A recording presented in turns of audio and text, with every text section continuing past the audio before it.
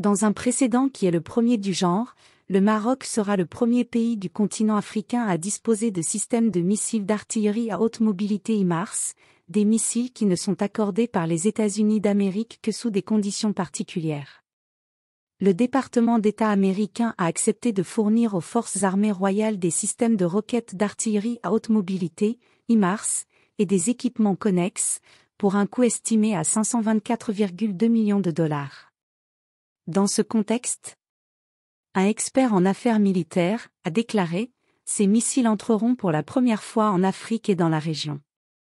Même l'Égypte, qui a l'armée la plus puissante au niveau africain, ne l'a pas.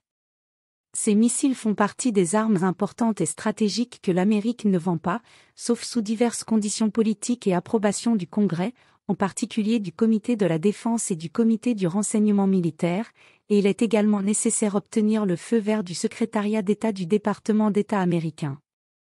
L'expert militaire a souligné que l'octroi par l'Amérique de ces armes au Maroc, et l'approbation rapide de cet accord, met en évidence la solidité des relations entre les deux pays, d'autant plus que le Royaume est considéré comme une garde stratégique dans la région.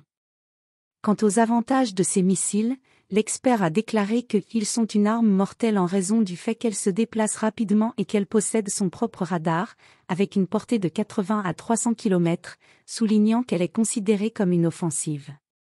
Arme qui a fait ses preuves pendant la guerre ukraino-russe. Il a déclaré « La formation des défenses des forces terrestres marocaines avait besoin de ce type de missiles », expliquant que l'acquisition par le Maroc à l'heure actuelle est uniquement pour des raisons défensives et dissuasives.